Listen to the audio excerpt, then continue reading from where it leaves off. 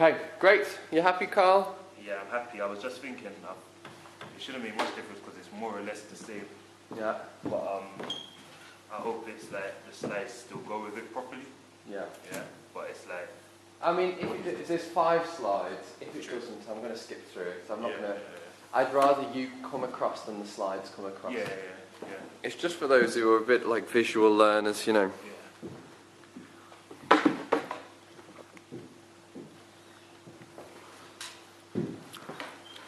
Great. That's good to go. Yeah. I'm actually good to go now. I was nervous when I pulled up in the car, and then. Really? And then you just need to go to the toilet, and then you're done. Yeah. Ready.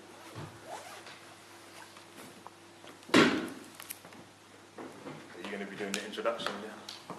Really brief, the same as the last one, and then it's all you.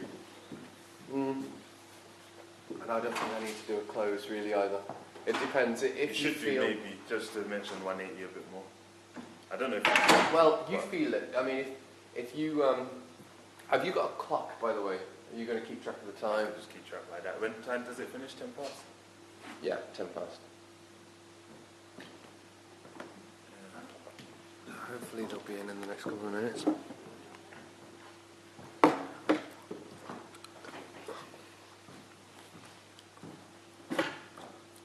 Is it ready? Is it filming now, is it? Yeah. Oh, yeah. Oh, it's great. Yeah, it's a good camera. I better not put all this on there because I don't want to jolt it.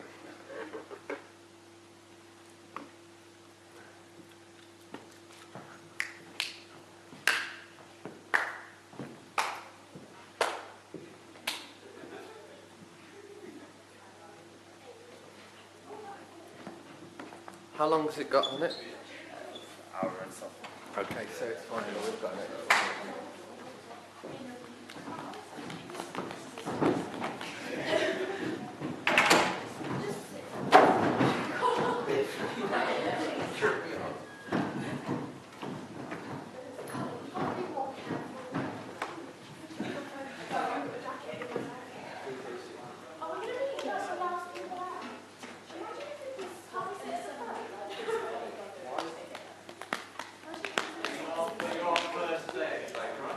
Actually not, there's some stuff It's here. still on shoot. Still on shoot, right? Yeah, it's fine. Okay, film on for Sky's place here.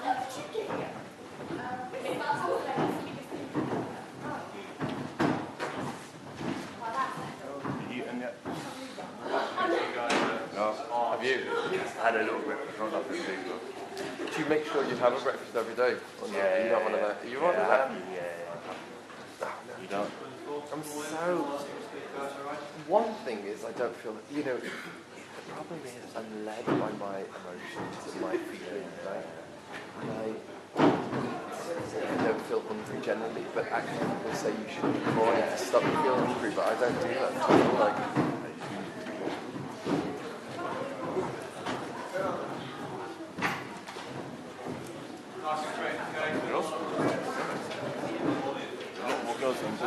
there's a lot of, I think maybe this is the sixth form. Yeah. If they chose. Look a bit on. Yeah. Don't know if Right, that is guys. okay. But you said you're 11, so. Yeah, he did.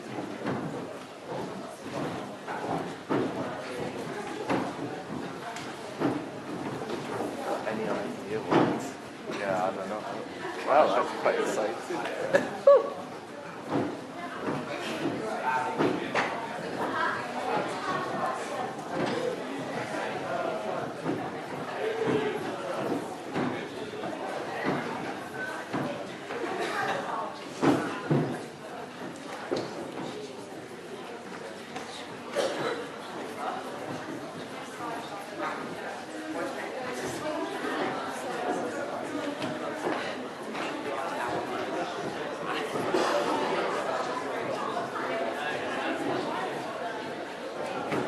I reckon a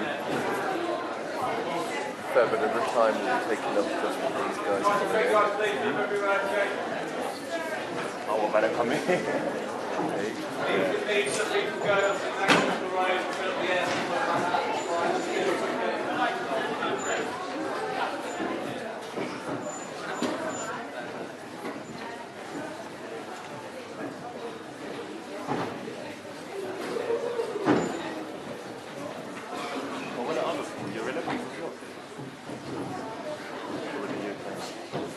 11s. Yeah, they're the same age.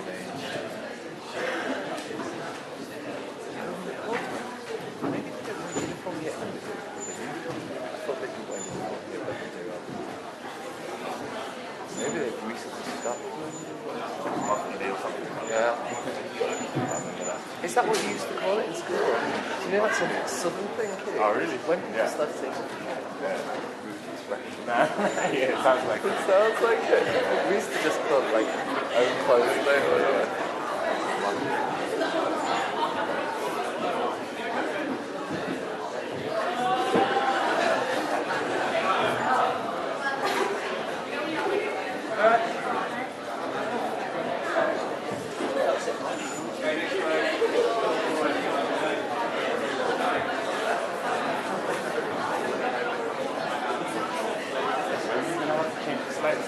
I've got it here, got the remote. Ah, you got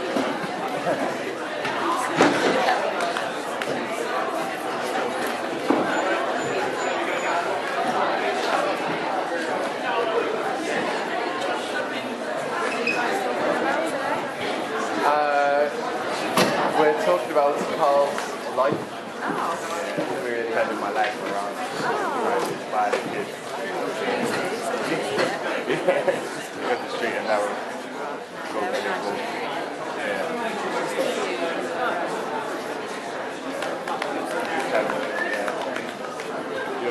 I might have to move,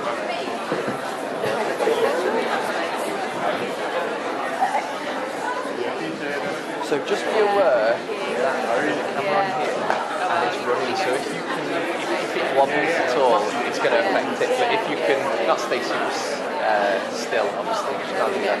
But maybe just try and make sure that you're not touching it. Is that okay? Oh, really?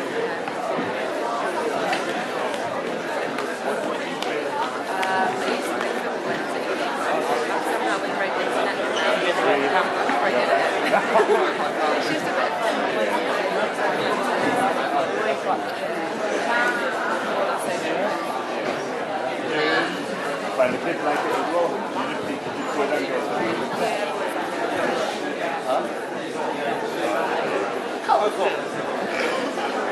Okay, hello. Thank you very much. and We start talking, please. Okay, not going to be me today. Nothing to do with exams, attendance, behaviour, any of that sort of stuff. I'm going to hand straight over to Johnny and Carl from the group called 180, and they'll explain to you what that means. You listen carefully to it, please. Thank you, Johnny. Hello everyone, thank you. I'm not going to say very much. I'm going to introduce you to my friend Carl here, who you're going to hear his story now. He's going to tell you about the way that he's doing really well, but he hasn't always been loving life. So I want you to listen out for anything that you can take from his story that might relate to you. Carl's turned his life around, he's made a 180, and I want you to hear how he's done it. This is his interview.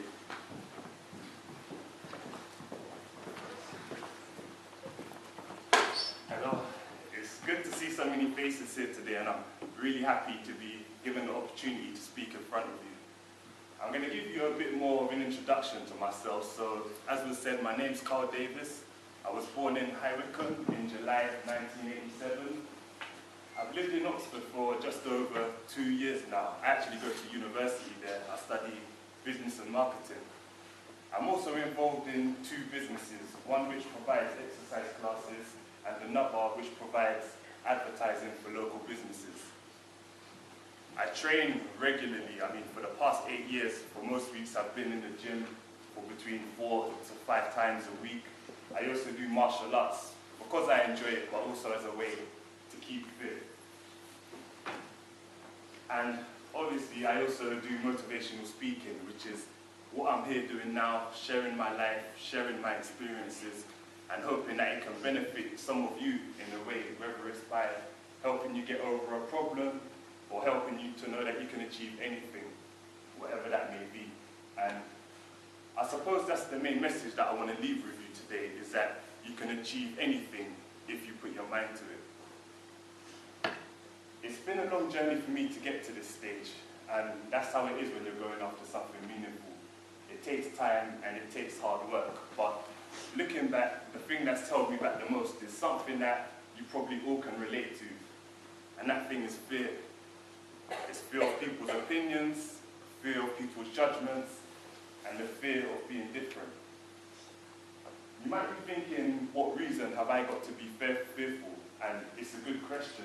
As I said, I live a positive life, I go to university, I've started businesses, and I'm here trying to send you a good message. But the thing is, the person you see today, I haven't always been this person, and this hasn't always been my life. I've made many mistakes, and I'll be sharing some of those with you today. I'll be sharing my difficult childhood, I'll be sharing my movement from bad behavior to crime, and I'll also be sharing the fact that I spent some time in prison, 5.5 years of my life. But more importantly than that, I'll be sharing with you what I did to overcome that, to be this positive person I am today, who's happy and motivated. So again, to start my story, I was born in July 1987, as I said, in High Wycombe. My mum and dad were separated when I was born. I grew up with my mum and I had a difficult upbringing. She smoked a lot of cannabis, and as a result she developed schizophrenia, which basically means she would act crazy at times. And to describe this to you, if for instance she was watching the news on TV and she would think basically that the reporters were watching her, and so she would have to turn off the TV because of the paranoia. That's how bad it was. On top of this, I experienced a lot of violence when I was growing up, a lot of physical and emotional abuse. Don't get me wrong, my mum could be in a good mood at times, but she would switch at the flick of a button, and this would result in me getting beaten. I was beaten for things as trivial as scratching my armpit if she thought I was taking the mick out of her, or even just for making jokes, which all young people do. On top of this, what made the situation worse is that her boyfriend, who was a dad to 2 sisters and a brother that I would later have, he was violent towards her, and I would want to stop him from hitting her because I still loved her as she was my mum. But I felt there was nothing I could do because I was only a child at the time. I don't know if any of you will recognize this, but there were also no aspirations in our household. And by that I mean, we didn't talk about becoming politicians, doctors or lawyers. There was none of that. My mum hadn't worked since the day I was born, and her boyfriend did have odd jobs, but basically we didn't want to achieve anything in our lives. We were happy with where we were. Because of this uncertainty at home and this fear, I had low self-confidence and low self-esteem. And as a result, I was bullied when I was in first and middle school. I mean, you might not be able to recognize it now, but it really is true. I remember sitting on the side of my bed and actually contemplating suicide because I had enough of life and I just didn't want to continue with the way I was living.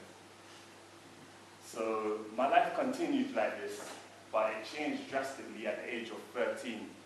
I got beat by my mum, but this time she actually took it a step further and she cracked my head open. I still have the scar there today. Now, sometimes she didn't let me go to school anyway, but this time, because of the injury, I obviously couldn't go.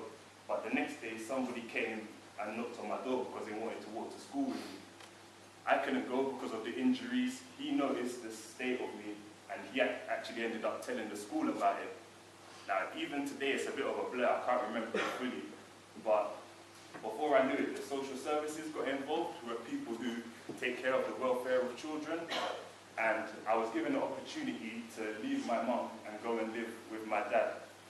Now, it was a difficult decision for me because at that time I had a sister, well, not at that time, even now I had a sister that I loved dearly, and I didn't want to leave her, but I didn't have to worry about her getting hit because her dad would have protected her.